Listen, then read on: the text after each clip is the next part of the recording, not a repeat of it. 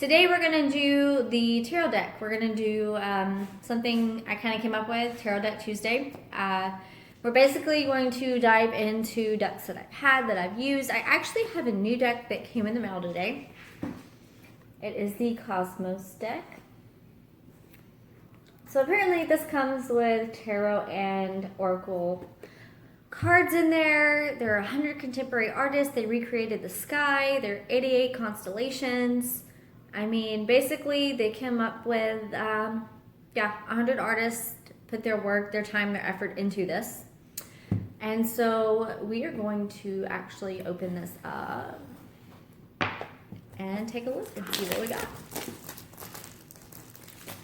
From the reviews that I've seen, honestly, it's a 50-50. I mean, it looks phenomenal. Like, the artwork on there, the gold, I mean, they're supposed to have gold gilding and all of it. So it looks like it's going to be a beautiful deck, but we're going to see, because a lot of people that I saw, people that loved it, absolutely loved it. And I'm sorry, if I can just like,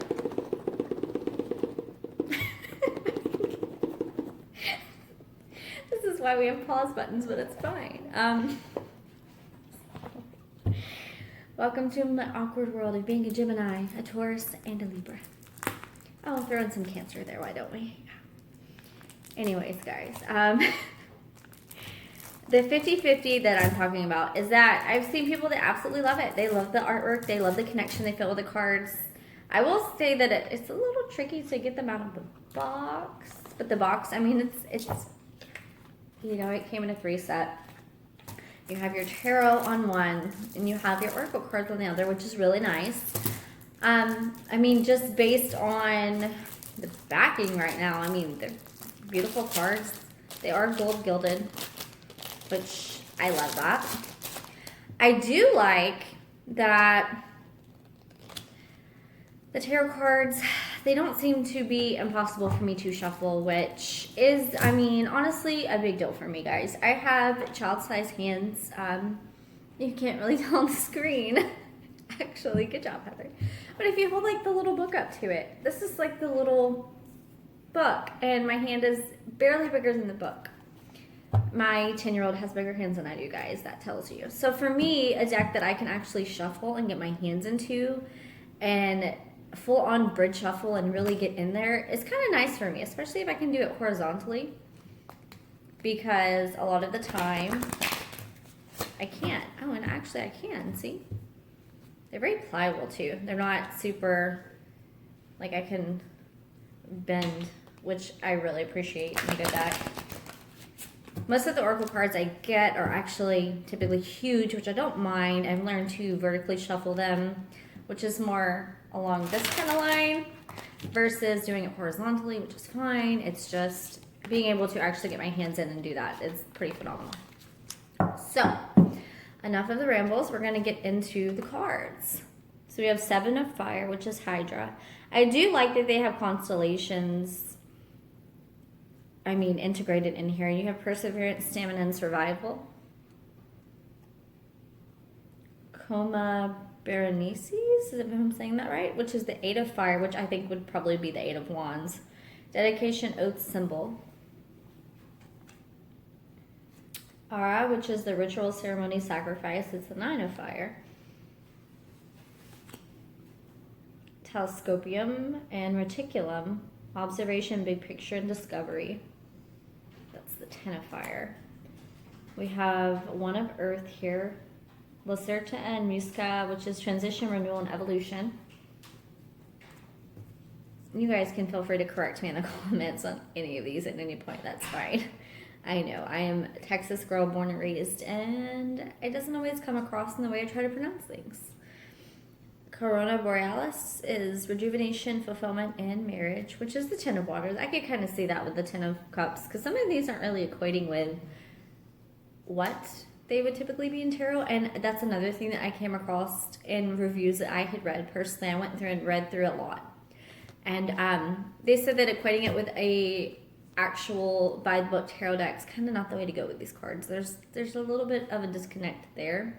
They're not going to mean what they typically mean. So this is about learning a whole new system to incorporate in here, which honestly I like a challenge. I'm just gonna be real, guys. I have a lot of Gemini in me, and I love to learn new things and new ways of doing things. That's why I have so many Oracle decks. That's why I'm guided to things that are a little bit offbeat and off path, because I enjoy learning new ways of doing things, new approaches. So that doesn't bother me. You know, if you're the person that really loves the right away by the book, this might not be the deck for you. I'm gonna be real.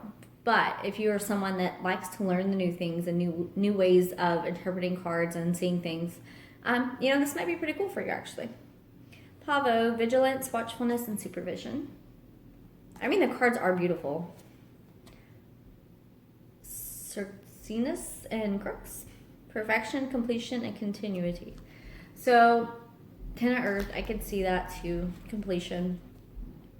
Columba, message of peace, hope, optimism. The Page of Waters. So yeah, I can see that too, with it being the messages. Scutum. Yeah, maybe not. Protection, preservation, and defense. Water Knight. So this is the Knight of Cups. Sexton and Octane, science, education, mentorship. The Two of Earth. I could see that too, with the balance between the two. I could see that. Page of Fire. Fixus, journey, navigation, and route. I could see that too, because fire is very much movement, action oriented. Maybe something that stirs a fire inside. I love this one. Leo Minor. Development, apprenticeship, initiation. This is the Three of Earth. This one I feel like, even though it does Leo, I mean, because really you're going to get that vibe from this card. Three of Earth is about mentorship, teamwork, collaboration, building foundation. Corona Australis, dogma, conviction, devotion. Four of Earth. I could kind of see that too, the dogma card with the Four of Pentacles, because holding on to things, controlling things, holding on tightly. Monoceros, Three of Water, connectivity, appreciation, individuality. Canes Venatici, Four of Water, partnership, collaboration, shared vision. See, this is totally not Four of Cups in the original. Four of Cups would not be like that. Cetus, underlying emotional issue, self-doubt, fear. Five of Water. I could totally see that with Five of Cups. Hercules, Three of Air, great effort, trial, persistence. I can honestly see that with the Three of Swords too. Persistence, coming through heartbreak. Ursa Minor, courage, guardianship, conservation, the Four of Air. Dorado, investment, value, and risk. Six of Earth. I could see that too with the Six of Pentacles. The give and take, the investment, where you're putting your energy and what are you getting back. Carina, structural stability, foundation, risk analysis. Five of Air. Draco, fortitude, resilience, humility, Six of Water. I could see that too with the Six of Cups being healing, overcoming, moving through, pushing through. Also about reconnections. Six of Air, Ursa Minor, identity, essential nature, and awareness. And again, Six of Swords, I could see it being self-aware, of really pulling yourself out of a situation or leaving something behind because of the value and the detachment that comes with being self-aware sometimes. Cepheus, foolishness, anxiety, and reluctance. Seven of Air. Foolishness with the Seven of Swords, yes. Water, Seven. Centaurus, response, impermanence, anticipation. Seven. So yeah, Seven of Cups. I could see anticipation, dreamy, really thinking about things. Auriga, abundance, proficiency, accomplishment. This is the Earth King, so it would be equivalent to the King of Pentacles. Lepus, end of naivety, truth, revelation. The Two of Air. So Two of Swords I could see too, making that decision. Eight of Air. Vulpecula? Sorry. Entrapment, liability, deception. So Eight of Swords could be a self-deception. I could see that. So some of these do kind of correlate really nice. Some of these don't. Just gonna be honest. Chameleon. Adaptability, adjustment, camouflage. Knight of Fire. So Knight of Wands, I could see adaptability and adjustment. Hiding from judgment, insecurity, Equilus, Eight of Water. Eight of Cups. I could see that totally being I mean, hiding from judgment. Eight of Cups, debating whether or not you want to leave something behind. It could be Crater and Corvus. Procrastination, delay, distraction. Seven of Earth.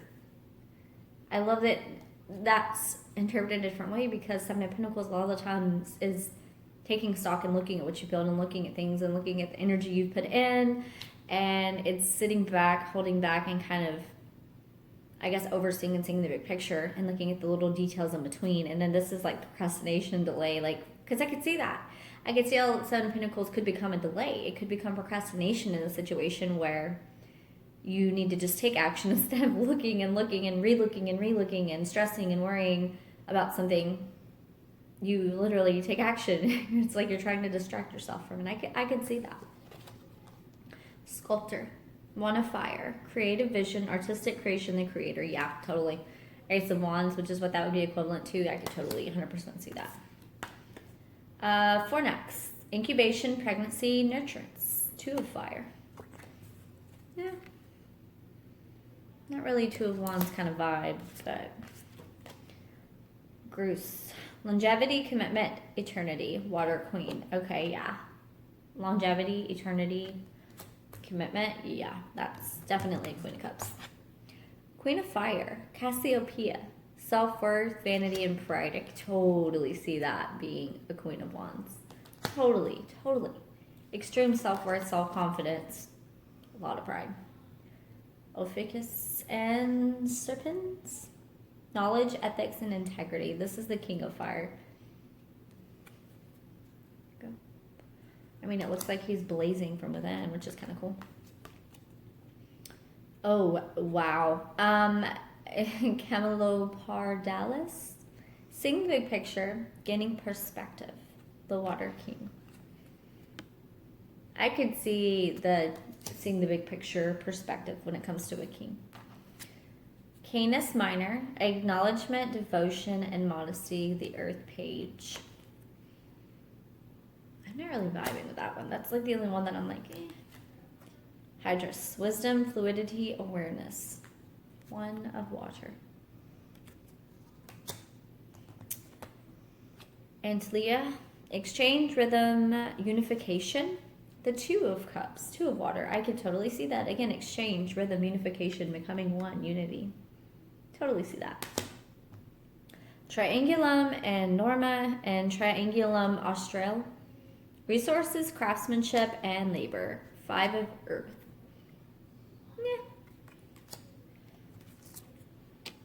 Yeah. Delphinus. Goodwill, compassion, altruism.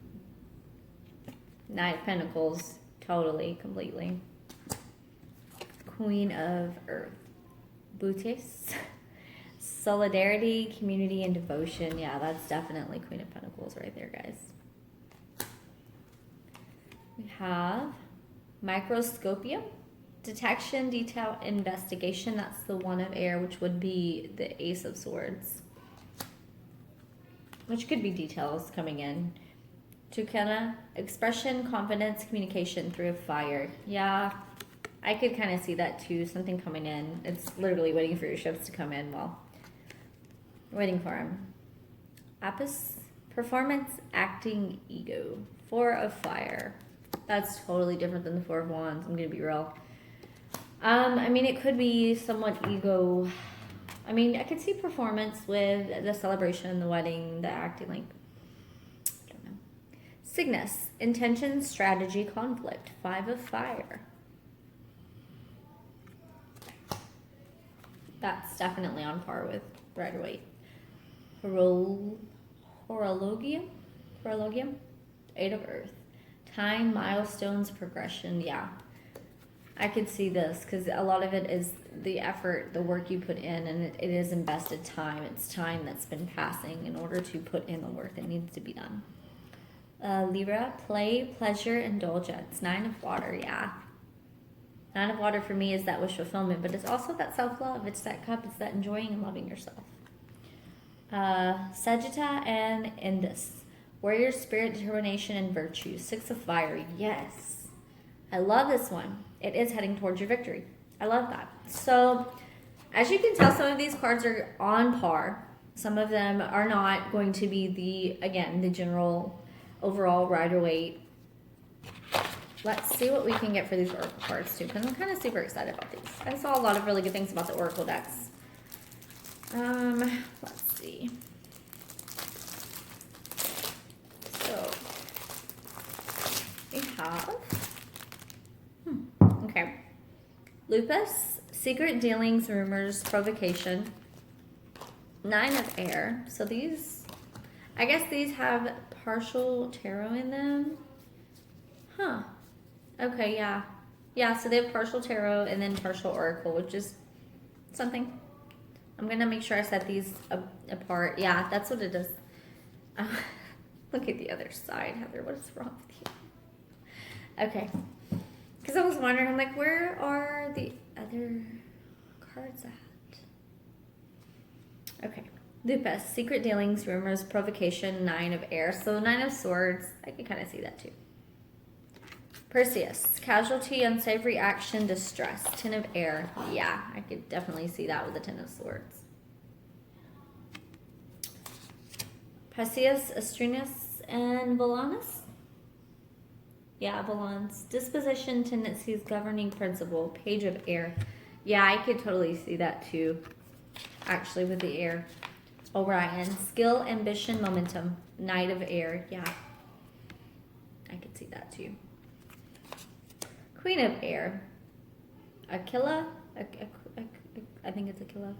I'm just going to pronounce it that way. Powerful ally. Loyalty, honor. Queen of air. I feel like a lot of this too, I mean, I could see that with the Queen of air. She's full of honor. Like, I mean, the queen gets the whole thing for being detached, but it's like, it's because she honors herself. She honors her connection. She honors who she is. She honors her truth, which is, I mean, it's a pretty beautiful thing. Links, silent observation, subtleties, opportune timing, king of air. Totally sees opportune timing, especially with an air sign, 100%. Sagittarius, travel, culture, philosophy, and adventure. The Fool, that's fire. That's funny because the Fool to me also represents a little bit of Aries, which is the Magician, Aries. Leadership, impulse, innovation, opportunity. Mensa, psychic power, shadow, obscurity, manipulation. The High Priestess. Okay, but it doesn't say Pisces. Okay. The Empress, curiosity, progress, perfection, beauty, order, Virgo. See, I don't understand. I mean, I guess, guys. I'm sorry. I'm so, like, when it comes to the major arcana, it's such a thing for me. So, yeah, totally not on par with what typically, which would be the Taurus or the Libra. The Emperor, Leo, reputation, showmanship, chivalry, loyalty. I could see this. The Emperor to me gives off fire vibes, and it gives off Pinnacle vibes a little bit. More so Capricorn Pinnacle because they're, you know, cardinal. But I could see that. The Hierophant, Taurus, traditional ideology, systems, ownership. I hate that it says ownership though. Like, it's more about, there's a lot of spirituality that comes with the Hierophant. It's about being the teacher and the student. It's not just about ownership or control. Sorry. That's the Taurus in me. Whatever. The Lovers, Cancer, family, affection, loved ones, connection. That is totally different than what I've ever learned. Again, the Lovers is supposed to be the yin and yang, the twins, Gemini. The Chariot, Libra, meditation, diplomacy, achieving balance. So I see what they did here, though. They went by the more emotional or trait aspects of certain cards versus what the cards are. Because I could see Chariot, Libra, meditation, diplomacy, achieving balance, if that's what the chariot is. But then I'm sorry, I have to. But then Justice is Aquarius. I could see that. Okay. I'm going to roll with it. We're going to see. We're going to roll with this real quick. We're going to see. Strength card. Purpose, emotional stability, endurance, resolve. The Hermit. Canis Major. The Quest, solitary journey, pursuit of wisdom. Pegasus, gratitude, nourishment, potential. That's the Wheel of Fortune. Justice card is Aquarius in this deck. Social justice, radical effort, and rebellion. See, I could totally see that. So it's your take on it, you know, justice. I could totally see that. I could see it as being a social justice kind of card, and Aquarius embodying that energy. I could totally see that. I could see it as a karmic balancing of the scales, the give and take. You know, things coming in. That's very Libra. Everything balanced. There, you know, what's up is down, what's here is there. Vela, faith, guidance, outside force is the Hanged Man. Kalium. Tool of creation, refinement, configuration is the Death card. Temperance, Pictor. Assistance, encouragement, patronage. The Devil, Andromeda. Burden, baggage, self-oppression. Eridanus, a twist of fate at the mercy of a greater power, that's the Tower. The Star, Gemini, stimulation, interaction, communication. Moon is Pisces. Subconscious, indecision, critique, sensitivity. The Sun is Scorpius. Intensity, passion, fearless, initiative. I do like that they put Scorpio as the Sun, because I always say that Scorpio to me is the most fiery water energy you will ever get. They are incredibly intense. I know I'm raising one completely. Two actually. Both of mine have Scorpio in major points in their chart. Judgment, Capricornus. Prioritization, analysis, practicality. I could see that. And Phoenix is the world. Transformation, reinvention, and legacy. This is why I bought the deck. This card. This card. And the... Oh, what was it? The Equus or Equus? Okay. So we're just going to quickly just kind of... Because my battery's dying. I'm awful at that. I'm sorry, guys. Mercury. Business, salesmanship, fabrication. Venus, beauty, love, relationships. Earth, home, healing, protection. 4 is Mars, vitality, aggression, and action. I do appreciate that they really have like planets and all of this in here with this deck. I do like that. Jupiter, conversation, persuasion, and charisma. 6 is Saturn, transition, responsibility, and adjustment. Uranus, passion, indulgence, and sexuality. Neptune, intuition, foresight, and awareness. Pluto, finality, distance, separation. Supernova, outburst, explosion, and surprise. Like, I can totally see myself using these cards all the time. Like, just this oracle set alone. Nebula, theory, ideation, process. The Sun, rebirth, illumination, visualization. Binary system, coexistence, gravity, harmony. I love that. Galaxy, community, diversity, contributions. Comet, a sign of fate, harbinger of change. Satellite, support, attraction, companionship. The Moon, secrets, mystery, and cycles. Pulsar, I love this card. Comfort, stability, and regularity. Of course I do. I'm such a Taurus. A wormhole. Oh, I love this. Serendipity, shortcut, secret link. I love this. It's just so at peace. Dark matter. Unseen forces at work. Karma. Black hole. Drain of resources, dangerous, undercurrent. And quasar. Exchange of energy and consumption. So, I mean, as you guys can see, it's not the typical tarot deck. It's just not. It's not going to be a typical tarot deck. But the cards are beautiful. There is a lot of phenomenal artwork that is associated with the cards, which is, again, it's phenomenal because the artwork is beautiful. I'm just going to real quick, Galaxy. Community, diversity, and contribution. So it's 14. I like that they do have different spread ideas as well.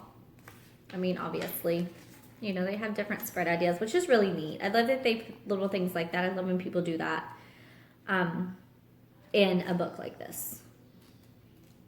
I do wish I could just flip right to it. Galaxy, okay.